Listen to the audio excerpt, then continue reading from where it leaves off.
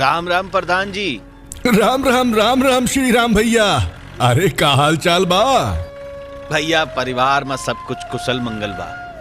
प्रधान जी का हाल चाल बताई। पेड़ी गन्ना में नीक पैदावार नहीं मिल रहा बा।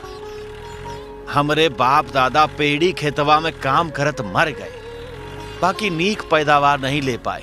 अरे भैया श्री राम, इमा परेशान हुए वाली कोनो बात नहीं बा। हम हऊ सब पश्चिम जैसन मेरठ मुजफ्फरनगर की तरह अच्छी पेड़ी ले सकत है। पेड़िया खातिर अपनी मिलिया में गन्ना अधिकारी से बात करत रही, जौने कम्बा बताए रहे उका करे से पेड़िया बहुत नेक भई। तो भैया प्रधान जी हमहू के बतावा जाए कि पेड़िया में कौन मेल काम कीन जाए कि हमरो पेड़िया नीक होए। सुनो भैया, और गन्ना फसल में कुछ अखिया गन्ना की मिट्टिया के नीचे रह जात है, जौन फिर से जमाव लेके दूसरे गन्ना फसल के रूप में तैयार होत है। वही से जौन गन्ना होत है वही के पेड़ी गन्ना कहते है। हाँ प्रधान भैया, और बतावल जाए। श्री राम भैया, तुमका पता है ई पैदावार हमको कौन कारण से नहीं मिल पावत? तो सुना, पहली बात तो हम लोग पेड़िया के प्रति बहुत उपेक्षित रवैया अपनाते हैं, भगवान भरोसे छोड़ दी जाते है। जबकि पौधवा गन्ने काटे समय हथियार बहुत धारदार होवे के चाहिए। पौधा गन्ना कम गहराई पर बोए जात है, जौन की बहुत उथला हो जात है। चौथे सूखी पत्तियल का जलायल दिल जात है। पचई बात गन्नवा काटे के बाद पेड़िया के काम करे में देरी कर दी जात है, जौने से खरपतवार ज्यादा हो जात है। और आखिर में ठंडिया के समय में पौधा गन्नवा ना काटे के चाहिए। हाँ प्रधान जी, बात तो सही कहा था। अच्छा, पेड़िया से लाभ कौन कौन सा है बतावल जाए। भैया श्री राम, पेड़िया के फायदे के बारे में सुनल जाए। ई गन्नवा कई साल के फसल है, बिना बुआई किए इका कई बार काटल जा सकत है। पेड़िया माँ खेत के तैयारी, बुआई और बिजवा के पैसा पूरा के पूरा बचत है। खेतवा में डालल गई खाद और नमिया का पूरा सदुपयोग हो जाता है। पेड़ी गन्नवा जल्दी पक जाता है और पैदावारों नेक होत है और पर्चियों जल्दी मिलत है, जौने से मिलिया से जल्दी गन्ना भुगतानो मिल जात है। हाँ भैया प्रधान जी, ये बात तब बढ़िया बतावल गई और समझ में आए गई। मूला पेड़िया प्रबंधनवा में काम कौन कौन कीन जाए, जौने से पेड़िया नीक होई। श्री राम भैया, जरूरी काम सुनो, जौने से नेक पेड़ी उत्पादन हुई। नंबर 1, पौधा गन्नवा के सूखी पत्तियां 2 लेनिया के बीच में बिछावल जाए। 2, ठूठन की छटनी कीन जाए। 3, काट बवा गन्नवा पर फफूंदी नाशक और कीटनाशक का प्रयोग कीन जाए। 4, मेड़न के किनारे के पुरानी जड़ियन के तोड़ा जाए। 5, मेड़ के तोड़ के बनी लाइनन में खाद डाली जाए। 6, हल्की सिंचाई कईल जाए। और आखिरी में रिक्त स्थानन के भराई कील जाए। प्रधान जी, एक और विस्तार से बतावा जाए। तो भैया ध्यान से सुनो, इस सूखी पत्तियन का कभू ना जलावे। भैया अब तो एको खातिर मशीनों आ गई है, जिका नाम ट्रेस मल्चर है। ये पत्तियन का छोटे छोटे टुकड़न में काट दिए थे, जौन 15-20 दिन में सड़के खाद बन जाते है और हमारे खेतन का ताकत देते। 2 लाइन छोड़ के तीसरा लेनिया में सूखी पत्तियन का बिछान दिल जाए। ठीक है प्रधान जी, और आगे बतावल जाए।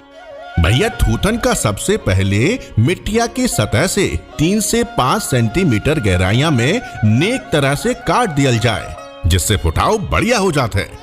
कटाई हुई ठूठन पर 25 मिलीलीटर इथोफोन और 1 किलोग्राम यूरिया और 150 ग्राम वावेस्टीन दवाई का 150 लीटर पानी में घोल के बनाई का 1 एकड़ में छिड़काव कराई का चाहिए। मेड़ी का तोड़ाई कराई का चाहिए। देसी हल से या कल्टीवेटर से मेड़न के दोनों किनारा तोड़ दिया जाए, जौने से पुरानी जड़ें टूट जाए। हाँ भैया प्रधान जी, बहुत बढ़िया। ई घोल और खाद डाले में सावधानी और खाद के मात्रा बतावा जाए। भैया ई फफूंदी नाशक और यूरिया के घोल बनावे का 1-2 घंटा में ही उपयोग कर लीन जाए। खाद में 50 किलोग्राम यूरिया और 50 किलोग्राम पोटाश और 50 किलोग्राम डीएपी और 10 किलोग्राम सल्फो जिंक का मिश्रण बनाए के मेड़न के किनारे पर डाल के जुताई कर दी जाए। खाद डाले के बाद में हल्की सिंचाई कर दी जाए। जहां कल्ले ज्यादा दिखाई पड़े वही माँ से कुछ कल्ला गहराई से निकाल के जौन जगह पर लाइन माँ कल्ला या पौधा ना हो वही जगहवा पर उखाड़ा वाला कल्लवा लगाए कई रिक्त स्थान भर दियल जाए। वाह भैया वाह।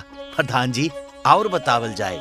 श्री राम भाई सुनो, मई और जूनवा महीना माँ 200 मिलीलीटर इमिडाक्लोरोप्रिड और 5 किलो यूरिया और 1 किलो स्पिटफाल और 400 ग्राम हेक्सास्टाप और 1 लीटर पौध शक्ति का 200 से 250 लीटर पानी का घोल बनाए के 1 एकड़ माँ स्प्रे कई दिहल जाए। उसके बाद जैसे कोराजन डालना, मिट्टी चढ़ाना, गन्ना बधाई करना या जौन मेल पौधा में काम कीन जात है वही तरीके से पेड़ियों में काम करो। लेकिन भैया ध्यान रखो, जून के बाद यूरिया ना डालल जाए। बहुत बढ़िया भैया प्रधान जी, अब हमऊ ऐसे ही करवाई। और अन्य किसान भैया का बताओ। आपका बहुत बहुत धन्यवाद। राम राम प्रधान जी। राम राम राम राम श्री राम भैया। अरे का हाल चाल बा? भैया परिवार में सब कुछ कुशल मंगल बा। प्रधान जी का हाल चाल बताई। पेड़ी गन्ना में नीक पैदावार नहीं मिल रहा बा।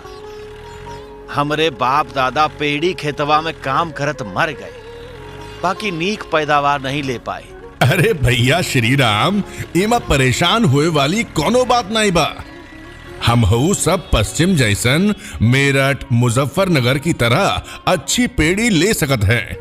पेड़िया खातिर अपनी मिलिया में गन्ना अधिकारी से बात करत रही, जौने कम्बा बताए रहे उका करे से पेड़िया बहुत नेक भई। तो भैया प्रधान जी हमहू के बतावा जाए कि पेड़िया में कौन मेल काम कीन जाए कि हमरो पेड़िया नीक होए।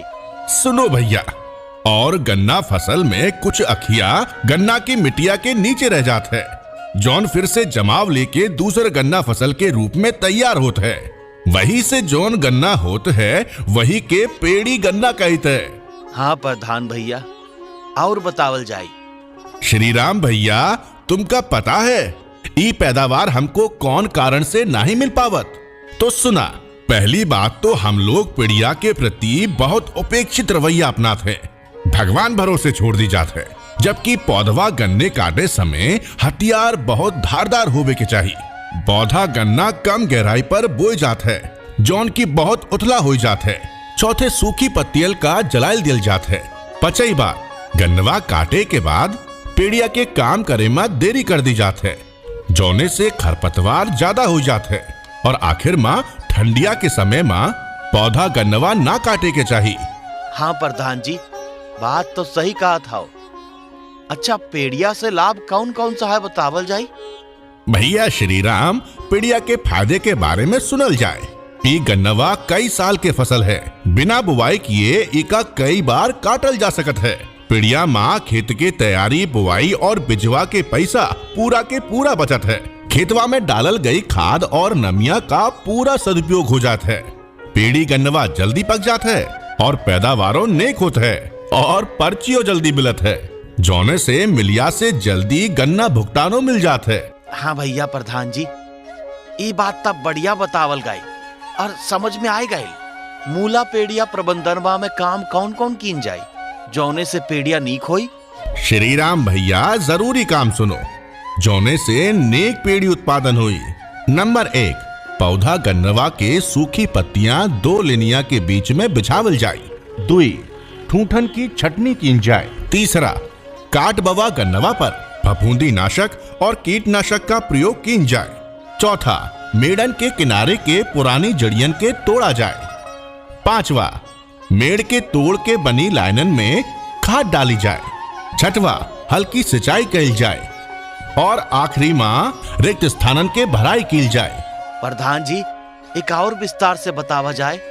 तो भैया ध्यान से सुनो, इस सूखी पत्तियन का कभू ना जलावे।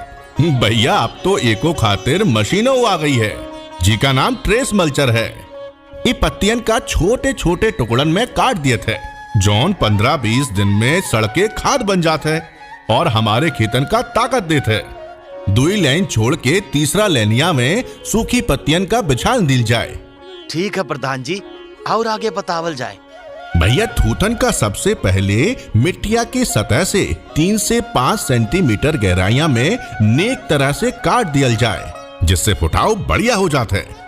कटाई हुई थूतन पर 25 मिलीलीटर इथोफोन और 1 किलोग्राम यूरिया और 150 ग्राम वावेस्टीन दवाई का 150 लीटर पानी में घोल के बनाई का 1 एकड़ में छिड़काव कराई का चाहिए। मेड़ी का तोड़ाई कराई का चाहिए। देसी हल से या कल्टीवेटर से मेड़न के दोनों किनारा तोड़ दिया जाए, जौने से पुरानी जड़ें टूट जाए। हाँ भैया प्रधान जी, बहुत बढ़िया। ई घोल और खाद डाले में सावधानी और खाद के मात्रा बतावा जाए। भैया ई फफूंदी नाशक और यूरिया के घोल बनावे का 1-2 घंटा में ही उपयोग कर लीन जाए। खाद में 50 किलोग्राम यूरिया और 50 किलोग्राम पोटाश और 50 किलोग्राम डीएपी और 10 किलोग्राम सल्फो जिंक का मिश्रण बनाए के मेड़न के किनारे पर डाल के जुताई कर दिन जाए। खाद डाले के बाद में हल्की सिंचाई कर दिन जाए। जहां कल्ले ज्यादा दिखाई पड़े वहीं मां से कुछ कल्ला गहराई से निकाल के जौन जगह पर लाइन में कल्ला या पौधा ना हो वही जगह पर उखाड़ा वाला कल्लवा लगाए के रिक्त स्थान भर दिया जाए। वाह भैया वाह। प्रधान जी और बतावल जाए। श्रीराम भाई सुनो, मई और जूनवा महीना में 200 मिलीलीटर एमिडा क्लोरोप्रेट और 5 किलो यूरिया और 1 किलो स्पिटफाल और 400 ग्राम हेक्सास्टाप और 1 लीटर पौध शक्ति का 200 से 250 लीटर पानी का घोल बनाए के 1 एकड़ में स्प्रे कई दिहल जाए। उसके बाद जैसे कोराजन डालना, मिट्टी चढ़ाना, गन्ना बधाई करना या जौन मेल पौधा में काम कीन जात है वही तरीके से पेड़ियों में काम करो। लेकिन भैया ध्यान रखो, जून के बाद यूरिया ना डालल जाए। बहुत बढ़िया भैया प्रधान जी, अब हम ऐसे ही करवाई और अन्य किसान भैया का बताओ। आपका बहुत बहुत धन्यवाद।